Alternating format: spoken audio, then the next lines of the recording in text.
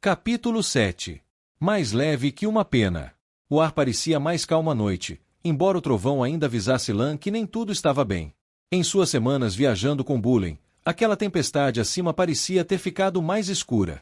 Depois de cavalgar para o sul, eles continuaram para o leste. Estavam em algum lugar perto da fronteira entre Kandor e Saldaia, na planície de Lanças. Colinas altas e desgastadas pelo tempo, de encostas íngremes, como fortalezas, erguiam-se ao redor deles. Talvez eles tenham perdido a fronteira. Muitas vezes não havia marcadores nessas estradas secundárias, e as montanhas não se importavam com qual nação tentava reivindicá-las. Mestre Andra, Bullen disse por trás. Lan tinha comprado um cavalo para ele montar, uma égua branca empoeirada. Ele ainda liderava seu cavalo de carga, Solter. Bullen o alcançou. Lan insistiu em ser chamado de Andra. Um seguidor já era ruim o suficiente. Se ninguém soubesse quem ele era, não poderiam pedir para ir com ele. Ele tinha que agradecer a Bullen, inadvertidamente, pelo aviso do que Ninaeve havia feito. Por isso, ele tinha uma dívida com o homem. Mas Bullen gostava de conversar. Mestre Andra, Bullen continuou. Se me permite sugerir, poderíamos virar para o sul na Bernd Crossroads, sim? Conheço uma estalagem de ponto de passagem naquela direção que serve as melhores codornas. Poderíamos virar para o leste novamente na estrada para South Metler. Um caminho muito mais fácil. Meu primo tem uma fazenda ao longo daquela estrada, primo por parte de mãe, mestre Andra, e continuamos por este caminho, disse Lan. Mas South Metler é uma estrada muito melhor. E, portanto, muito mais viajada também, Bullen. Bullen suspirou, mas ficou em silêncio. O Adori parecia bom em volta de sua cabeça, e ele havia se mostrado surpreendentemente capaz com a espada. O aluno mais talentoso que Lan já vira em algum tempo. Estava escuro, a noite chegava cedo aqui, por causa daquelas montanhas. Comparado às áreas perto da praga, também parecia frio. Infelizmente, a terra aqui era bem povoada.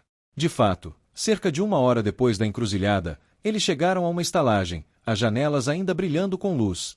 Bullen olhou para ele com desejo, mas Lan continuou. Ele os fez viajar à noite, principalmente, para melhor não serem vistos. Um trio de homens estava sentado em frente à estalagem, fumando seus cachimbos na escuridão. A fumaça pungente serpenteava no ar, passando pelas janelas da estalagem. Lan não deu muita atenção a eles até que, como um grupo, eles pararam de fumar. Eles soltaram os cavalos da cerca ao lado da estalagem. Maravilhoso, Lan pensou. Bandidos, vigiando a estrada noturna em busca de viajantes cansados. Bem, 3 homens não devem ser muito perigosos. Eles cavalgaram atrás de Lan a trote. Eles não atacariam até que estivessem mais longe da estalagem. Lan estendeu a mão para soltar sua espada da bainha. Meu senhor, Bullen disse urgentemente, olhando por cima do ombro. 2 daqueles homens estão usando o Adori. Lan girou, a capa chicoteando atrás dele.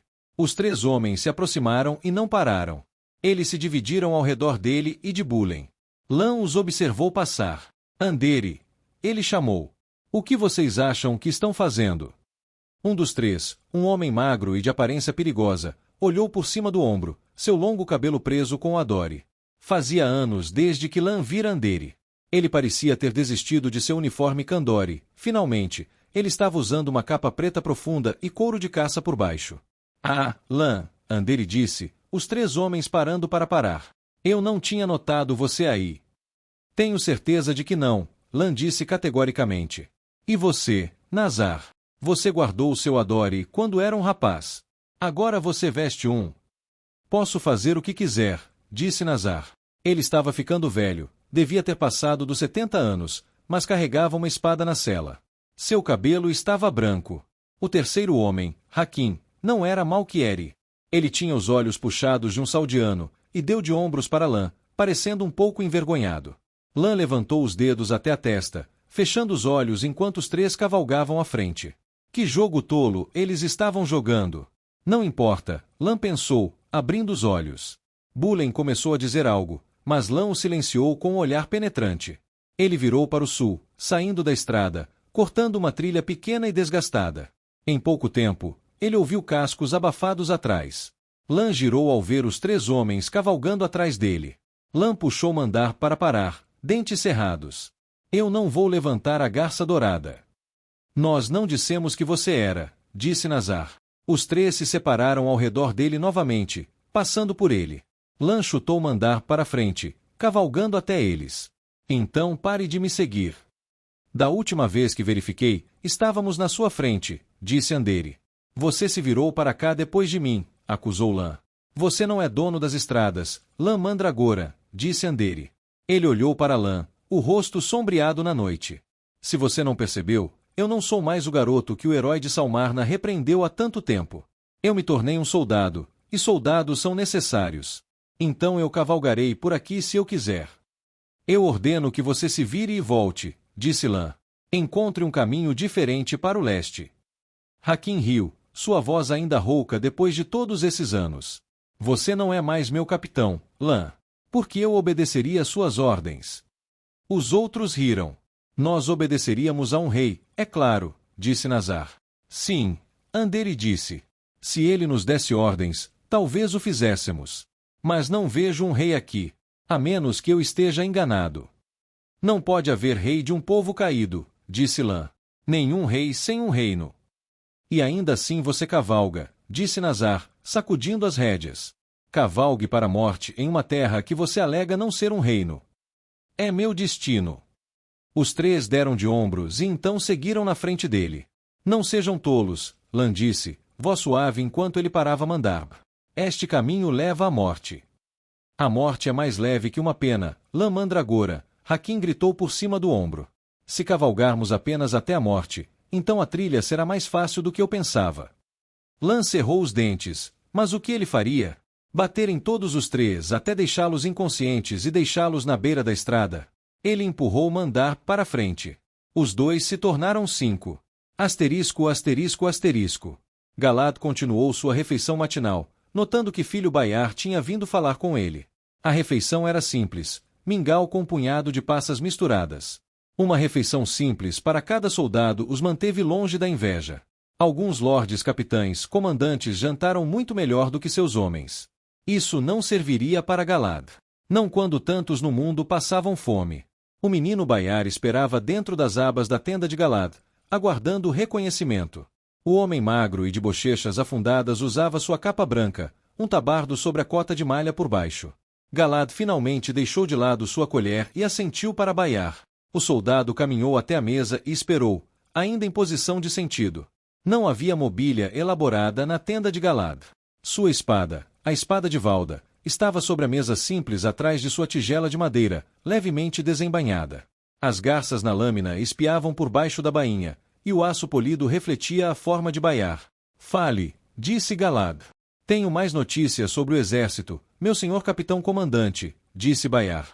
Eles estão perto de onde os cativos disseram que estariam, alguns dias de nós. Galad assentiu. Eles hasteiam a bandeira de Guealda, ao lado da bandeira de Mayene. Aquela chama de zelo brilhou nos olhos de Baiar. E a cabeça de lobo, embora os relatórios digam que a derrubaram ontem à noite. Goldenês está lá. Nossos batedores têm certeza disso. Ele realmente matou o pai de Bornhald. Sim, meu lorde capitão comandante. Tenho familiaridade com essa criatura. Ele e suas tropas vêm de um lugar chamado Dois Rios. Dois Rios. Galad disse. Curioso, com que frequência pareço ouvir falar desse lugar, ultimamente. Não é de lá que Autor é. Assim é dito, respondeu Baiar. Galad esfregou o queixo. Eles cultivam um bom tabaco lá, filho Baiar, mas nunca ouvi falar deles cultivando exércitos. É um lugar escuro, meu senhor capitão comandante. Filho Bornhald e eu passamos algum tempo lá ano passado. Está infestado de Darkriendes. Galad suspirou. Você parece um questionador. Meu senhor capitão comandante, Baiar continuou sinceramente. Meu senhor, por favor, acredite em mim. Não estou simplesmente especulando. Isso é diferente. Galad franziu a testa.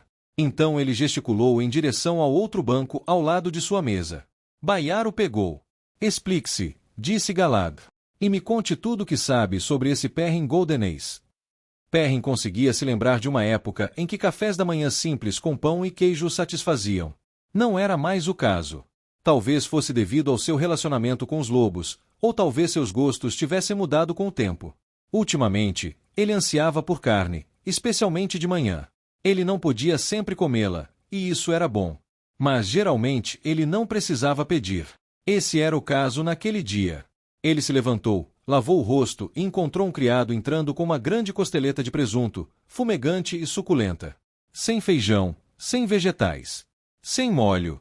Apenas o presunto, esfregado com sal e selado no fogo, com um par de ovos cozidos. A criada os colocou na mesa e então se retirou. Perrin limpou as mãos, cruzando o tapete da barraca e sentindo o cheiro do presunto. Parte dele sentiu que deveria rejeitá-lo, mas não conseguiu. Não quando ele estava bem ali. Ele se sentou, pegou o garfo e faca e começou a comer. Ainda não entendo como você pode comer isso no café da manhã, File observou, saindo da câmara de lavagem da tenda deles, limpando as mãos em um pano. A grande tenda deles tinha várias divisões com cortinas. Ela usava um de seus vestidos cinza discretos. Perfeito, porque não distraía sua beleza. Era acentuado por um cinto preto resistente. Ela havia mandado embora todos os seus cintos dourados, não importa o quão finos fossem. Ele sugeriu que ela encontrasse um que fosse mais do seu gosto, e ela parecia doente. É comida, disse Perrin. Eu posso ver, ela disse com um bufo, olhando-se no espelho. O que você achou que eu presumi que era? Uma pedra. Eu quis dizer, Perrin disse entre mordidas, que comida é comida. Por que eu deveria me importar com o que como no café da manhã e o que como em uma refeição diferente? Porque é estranho, ela disse, segurando uma corda que segurava uma pequena pedra azul. Ela se olhou no espelho, então se virou, as mangas soltas de seu vestido de corte saldaiano balançando. Ela parou ao lado do prato dele, fazendo uma careta. Estou tomando café da manhã com Al e Andre. Mande-me chamar se houver novidades. Ele assentiu, engolindo em seco. Por que uma pessoa deveria comer carne ao meio-dia, mas recusá-la no café da manhã? Não fazia sentido. Ele decidiu permanecer acampado ao lado da Gerrana Road. O que mais ele poderia fazer, com um exército de Vitecluax diretamente à frente, entre ele e Lugard? Seus batedores precisavam de tempo para avaliar o perigo. Ele passou muito tempo pensando sobre as estranhas visões que teve, os lobos perseguindo ovelhas em direção a uma fera e File caminhando em direção a um penhasco. Ele não conseguiu entendê-las, mas elas poderiam ter algo a ver com os Vitecluax? A aparência deles o incomodava mais do que ele queria admitir, mas ele nutria uma pequena esperança de que elas se mostrassem insignificantes e não atrasassem muito. Perrin Aibara, uma voz chamou de fora de sua tenda. Você me dá permissão para entrar? Entre, Gaulês, ele chamou. Minha sombra é sua. O alto Aiel entrou. Obrigado, Perrin Aibara, ele disse, olhando para o presunto. Que festa! Você comemora. Nada além do café da manhã. Uma vitória poderosa, disse Gaul, rindo. Perrin balançou a cabeça. Humor de Aiel. Ele parou de tentar entender. Gaul se acomodou no chão e Perrin suspirou interiormente antes de pegar seu prato e se mover para sentar no tapete em frente a Gaul. Perrin colocou a refeição em seu colo e continuou a comer. Você não precisa se sentar no chão por minha causa, disse Gaul. Não estou fazendo isso porque preciso, Gaul. Gaul assentiu. Perrin cortou outro pedaço. Isso seria muito mais fácil se ele pegasse tudo com os dedos e começasse a arrancar pedaços. Comer era mais simples para lobos. Utensílios. Qual era o sentido? Pensamentos como esse o fizeram parar. Ele não era um lobo e não queria pensar como um.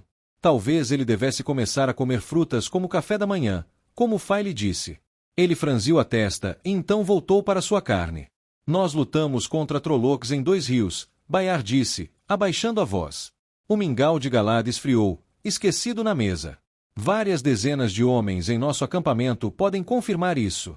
Eu matei várias das feras com minha própria espada. Trollocs em 2 rios. Galad disse.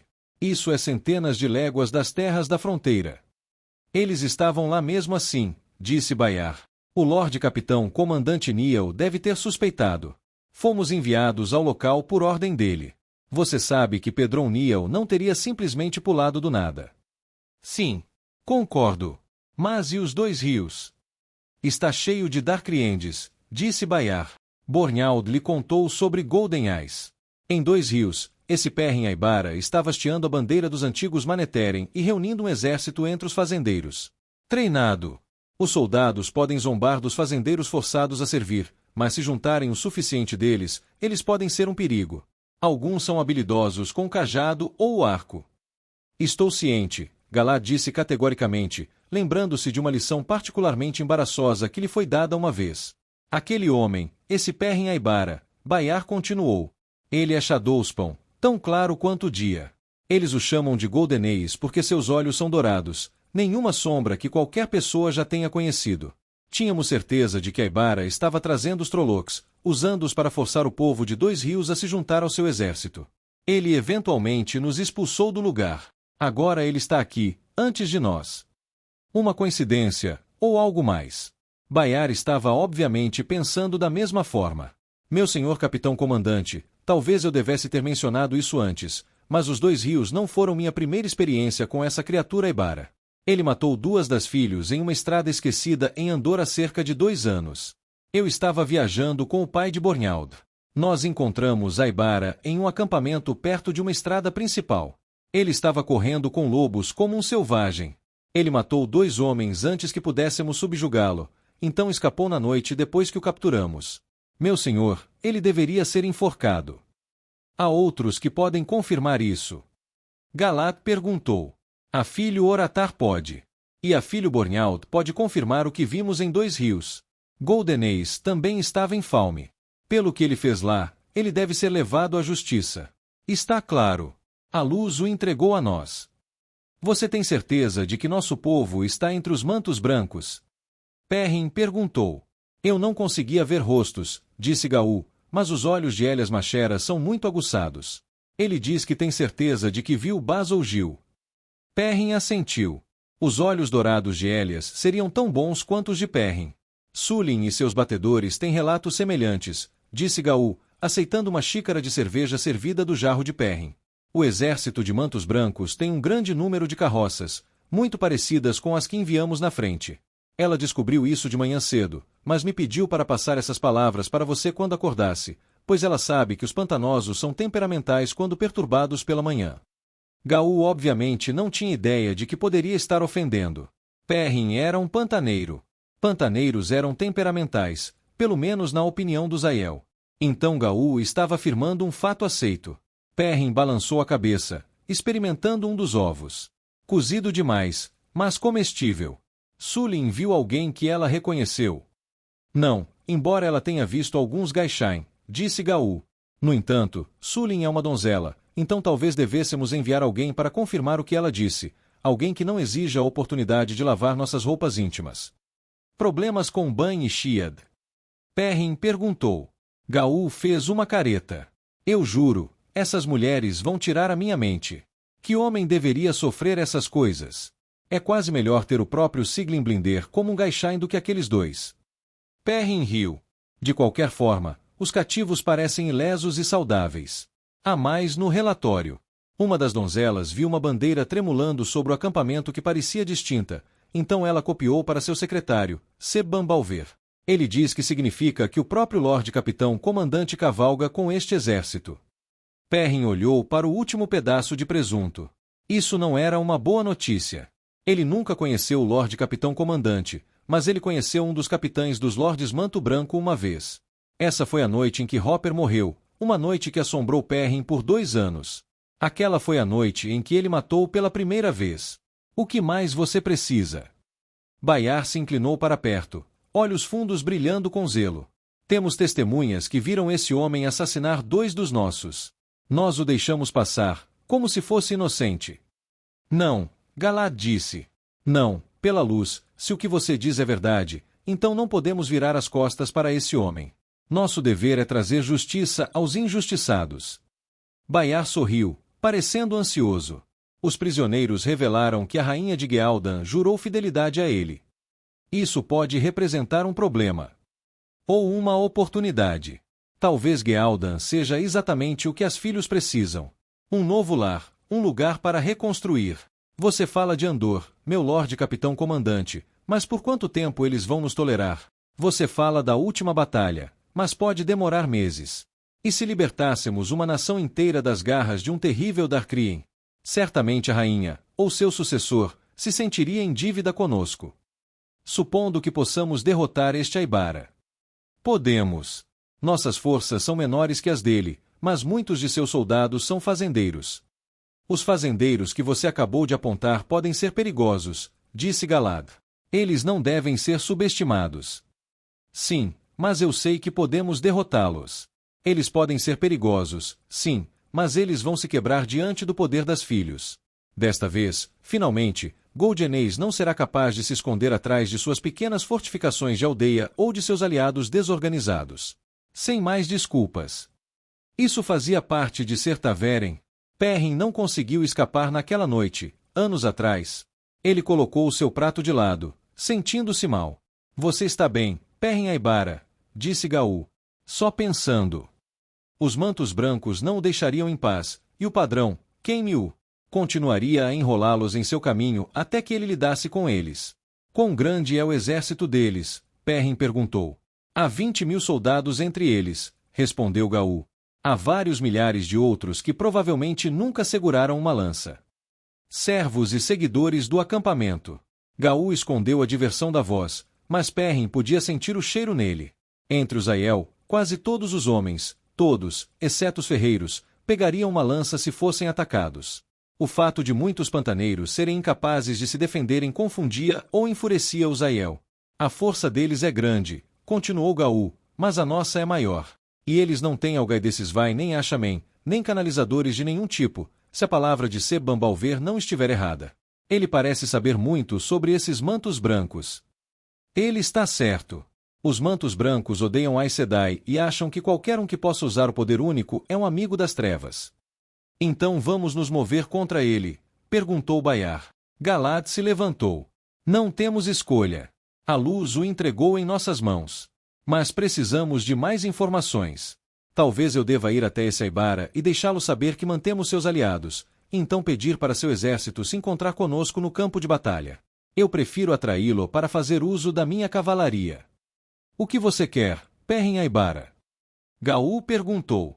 O que ele queria? Ele queria poder responder isso. Envie mais batedores, disse Perrin. Encontre um lugar melhor para acamparmos. Nós queremos oferecer uma negociação, mas não há como, sob a luz, eu ir embora. Gil e os outros nas mãos dos Vitecioax. Nós daremos aos filhos a chance de devolver nosso povo. Se eles não fizerem, bem, então veremos.